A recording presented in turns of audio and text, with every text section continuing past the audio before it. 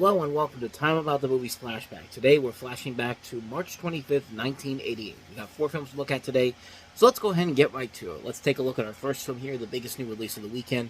Directed by Mike Nichols and starring Matthew Broderick and Christopher Walken, it's Neil Simon's Biloxi Blues. Has joined the Army.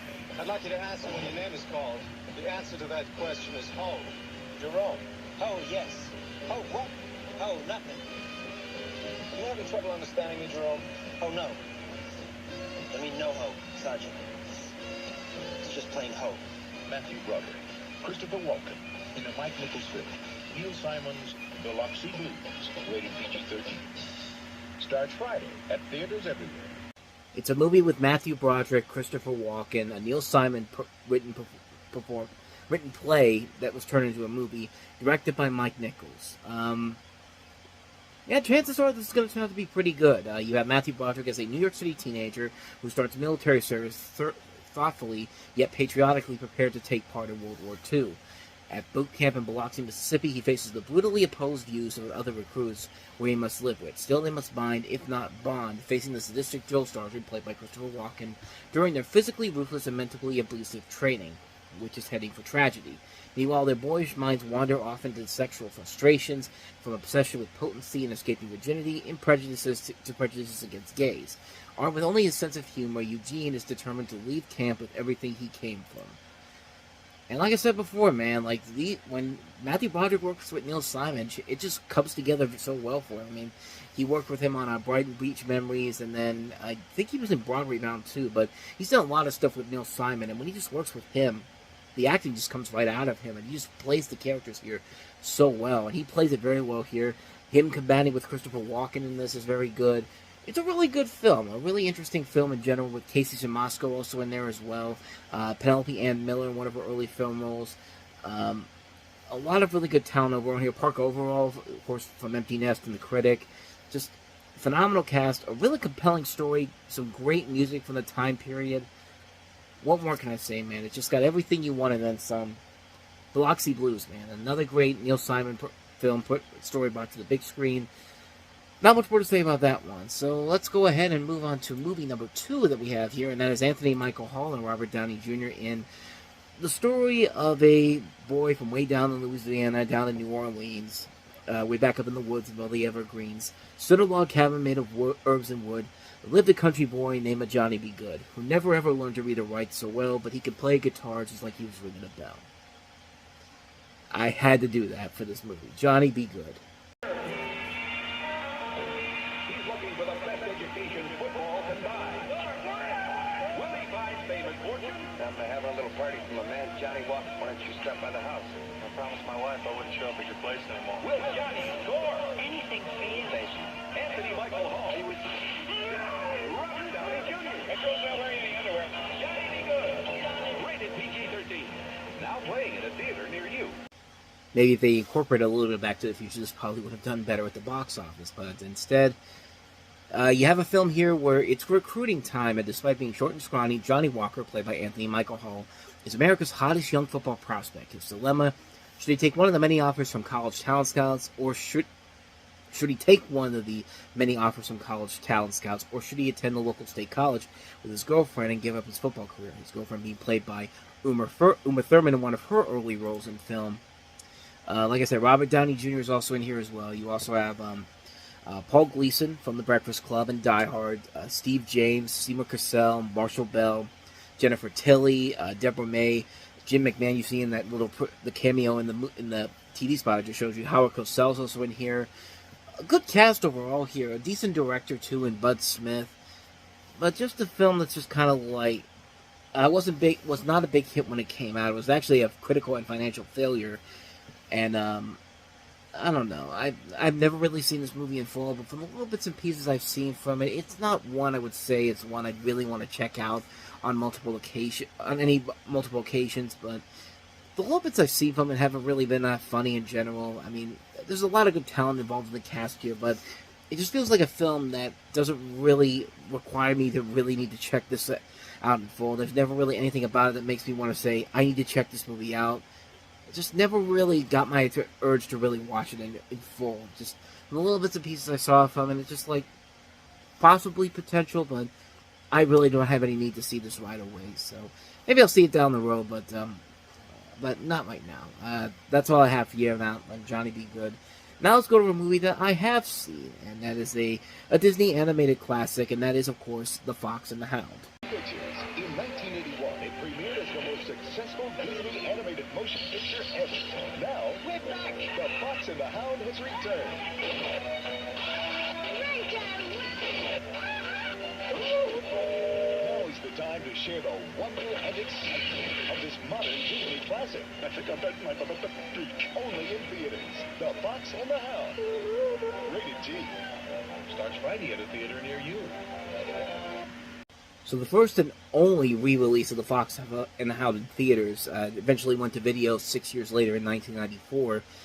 You have a story here where you have two unlikely friends, a red fox named Todd and a hound dog named Copper, who struggle to preserve their friendship despite their emerging instincts and the surrounding social pressures demanding them to be adversaries. And you hear a pretty impressive voice cast for the time. I mean, Kurt Russell, Mickey Rooney, Jack Albertson, Pearl Bailey, Pat Buttran, Sandy Duncan, Paul Winchell, John Fiedler, a lot of Corey Feldman, Keith Coogan, a lot of really packed names for a time when Disney didn't really use the celebrity star power as much as they did. I mean, yeah, Bob Newhart and Ava Gabor were in The Rescuers, but they weren't really using that. They weren't really advertising the top voice talents as leading actors then.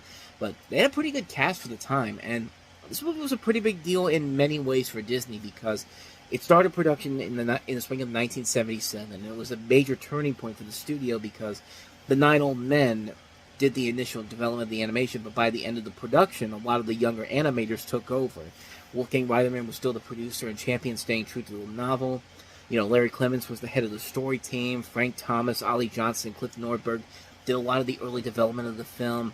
And then you have all these different new generation animators coming in, like John Lasseter, John Musker, Rod Clemens, Glenn Keane, Tim Burton, Brad Bird, Henry Selick, Chris Buck, and Mark Dindal coming into play here.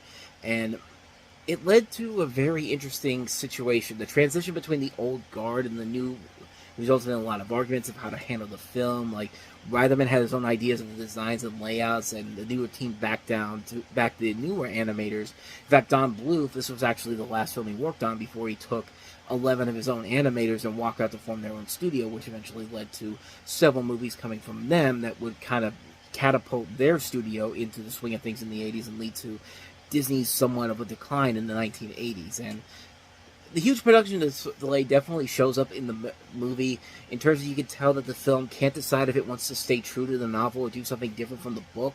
And you see the clash of two different ideas of what the movie wants to be, and it just didn't come together well. And I think the biggest problem with the movie is the story is not really well put together.